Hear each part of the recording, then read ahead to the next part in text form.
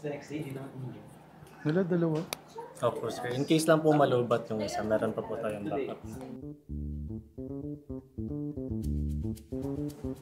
Ayan, nakikita ko naman pala yung sarili ko.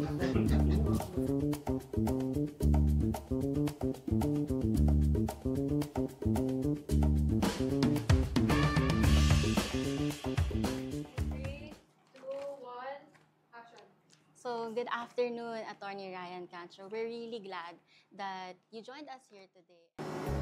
In this episode, we turn our attention to the Data Privacy Act of 2012, the law that protects our rights to privacy in today's digital world. Think about all the information we share every day, from school forms to social media posts. This law makes sure institutions handle the data responsibly, while also reminding us to be careful of what we put out.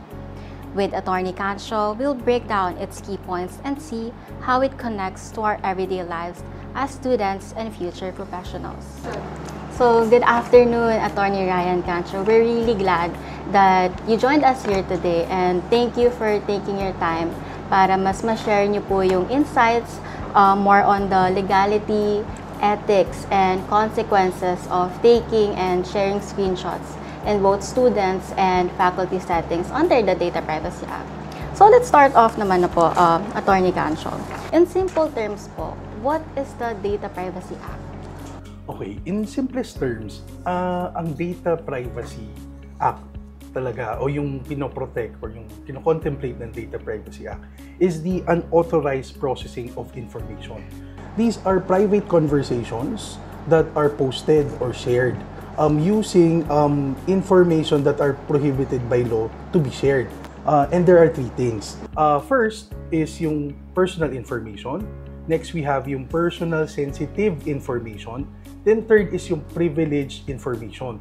Now, anong difference ng tatlo? Di ba merong personal information? When we say personal information, ito yung information that clearly and directly identifies the individual.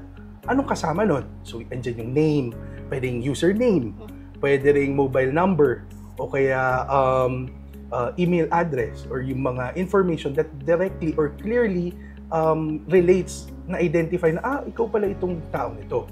Yun yung una, personal information. Next, we have personal sensitive information.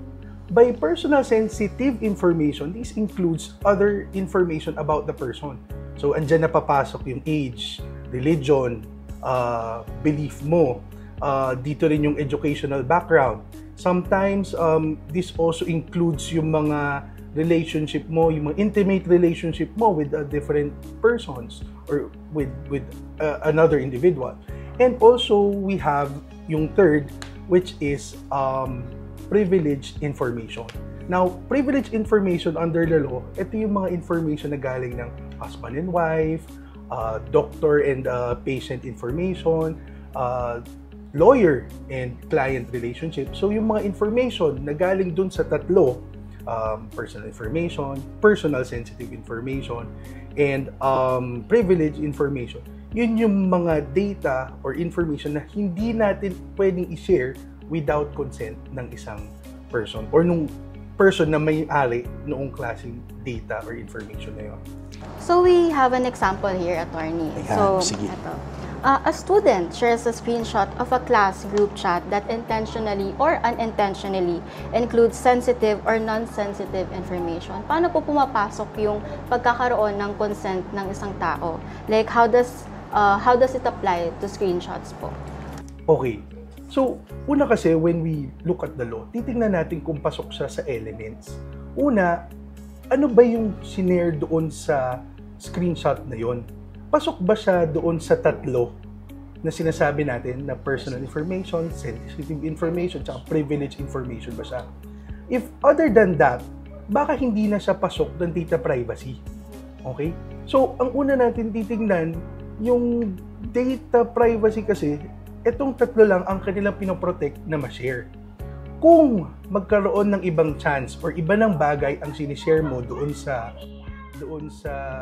information mo or doon sa screenshot na yon, posible na ibang law ang i-violate mo. Such as, ano ba? pwede siya maging libel, pwede siyang copyright infringement, or any other provision ng law na sakop netong problem na to. So, when does sharing a screenshot become a privacy violation po ba? So, yung screenshot nga kasi nagiging privacy violation siya rather. If ang intention nung mag-uusap or ng pinagbigyan ng information is directed towards you lang. Okay? So, kunyari, normal conversation, sa'yo ko lang siya binigay.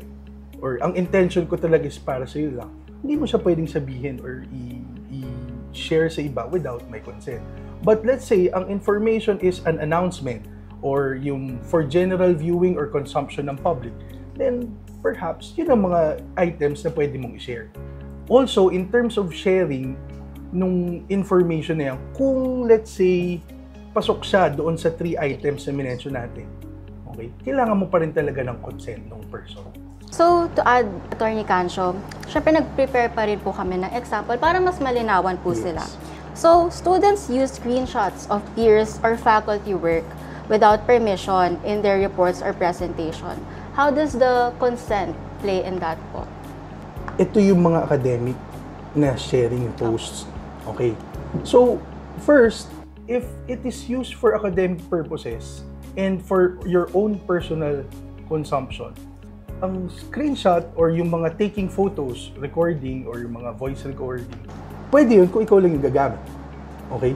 But if, let's say, sa simula, sinabi na nung professor na okay, taking of video recording, voice recording, or any kind of recording, including taking of photos or yung screenshots of my presentation, yun ang hindi na pwede. Sinabi nila kasi expressly, hindi. Okay? Mahirap kasi, baka ang i-violate mo naman kapag kumuha ka ng ganong klaseng data, yung intellectual property ng lecturer or ng professor. So next is, how does context like formal classroom versus informal group chats naman po change whether taking or sharing a screenshot is acceptable po? What do you mean?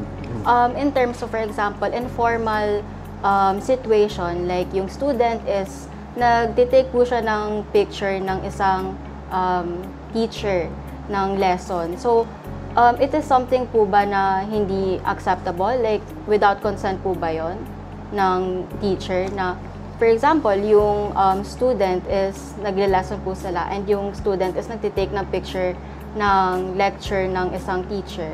Paano niyo po masasabi yun na with consent or without consent? Like, how can the students ask properly or ask a consent from the teacher po?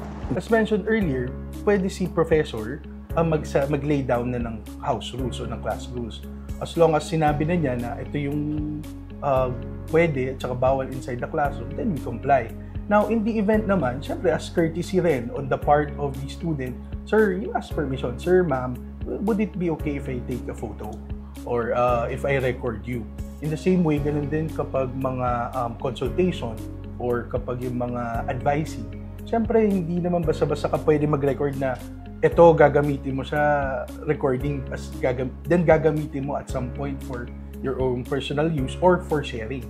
Yun. So, the question po, Attorney Cancio, what if in terms po sa online learning natin po ng mga students, for example, ang student po ay nag-screenshot siya ng sagot niya from the LMS, tapos shinare niya po yun sa mga classmates or blockmates po niya. Paano po yun? Ano pong magiging case nun? Like, without consent po ba siya? Ano pong situation ng gano'n? If in terms of law, baka wala tayong ma-violate ng law. Okay, legally. Pero syempre, meron tayo as bedats, as academe, as students, meron din naman tayong kino-comply with yung student policies and yung student handbook.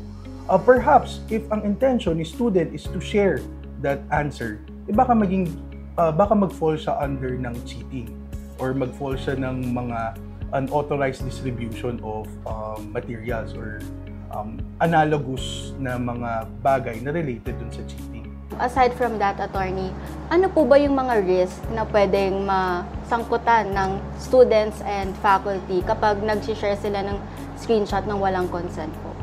Okay. So, kailangan yung tandaan kasi na lahat ng ginagawa natin sa physical world o doon sa natural world, applicable din siya sa virtual o sa digital world. Ano yung sabihin nun? Kung gumawa ka ng unauthorized, illegal, at saka yung mga illegal na bagay, in the virtual world, punishable din siya doon. Ano ibig sabihin? Let's say yung libel.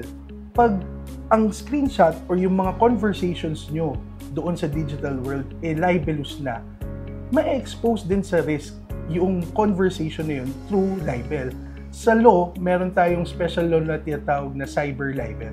So, posible siyang pumasok doon sa cyber libel. Or kung nag-share ka naman ng mga intellectual property ng isang person without authorization ng isang tao, baka naman ang i-violate mo is infringement ng intellectual property nila or copyright. So, ang tatandaan natin yung risk na lahat ng ginagawa natin in the natural world, yun din yung effect nun sa cyber world. So, hindi ka maka-escape dahil yung mga actions mo doon sa natural world, dadali mo cyber, hindi ka maka-escape. So to wrap this up po, Attorney Cancio, as a lawyer po, what are your do's and don'ts in taking or sharing screenshot na related sa mga students and faculty settings para mas maging aware and informed po sila? Well, una, always ask for consent. Very important yun na tatanungin mo muna yung kabilang person, okay lang ba i-share ko sa kanila? Pero, syempre, merong borderline na yan ng paano mangyayari kung nag-rant ka lang o yung mga personal opinion mo lang. As long as wala kang vina-violate na any other law in terms of yung legal or in terms of school policies, then perhaps okay lang yun. Pero kung medyo nakakasira ka na, alam mo na meron ka nang vina-violate, then perhaps mag-isip-isip ka na rin mabuti. Can I also add a question po na naisip ko lang po siya? What if ang student po is nag-rant siya sa social media, like public post po siya about a teacher? Paano po yun? Pwede po ba siyang makasuhan? If ang conversation natin between the two of us, if ang content nun is constructive lang, okay? Ini-evaluate mo lang, kunyari, ano yung performance ng isang professor mo or ano yung difficulty na na-encounter mo during the lesson or yung mode of delivery, perhaps okay lang yon. Magiging problematic siya if naging borderline or tumatawid ka na doon sa medyo libelous. Kung magsasabi ka na ng mga bagay na hindi magaganda about that person, kung sasabihin siya medyo mahina yung or hindi maganda yung pagkaano, or sabihan mo, pipintasan mo na yung physical appearance nung professor o nung lecturer. Hindi na yun about doon sa topic. So, doon siya ma-convert into something that is illegal. Pero kung perhaps yung conversation lang natin, nag-rant ka lang na, nahirapan ako sa subject, yun lang yun. Baka hindi ka naman ma-fall doon sa violation ng law or any other school policies. So once again, thank you very much, Attorney Cancio. Etong time na po na to, sobrang honored po kami na ikaw po yung guest namin today. Especially na once na mapanood po ito ng mga tao, especially the Bedant community, mas magiging aware and informed po sila. Especially na nangyayari po ito ngayon in real life, yung pagtitake ng screenshots, pag-share ng screenshots without their consent. So, maraming salamat po, Attorney. Siguro as a last word, no, ang technology kasi is actually here to help us and make our lives easier. But exercise it with respect. Okay? Do not abuse it. Be mindful. At saka be respectful. Be responsible in terms of sharing or in terms of using these information that you use with other people. Ayun lang. So thank you very much also. Thank you very much po. Okay, thank you. And that wraps up our look at the Data Privacy Act of 2012. A reminder that protecting our data isn't just the job of institutions, and it starts with us. Whether it's a simple form of quick screenshot or a viral post, every action online leaves a trace. Stay mindful, stay informed, and keep your privacy in check. If you have any questions regarding the topic of data privacy, just send us a message to Tagbilista TV. Again, I am Cheska Ann Maitim. See you on the next episode.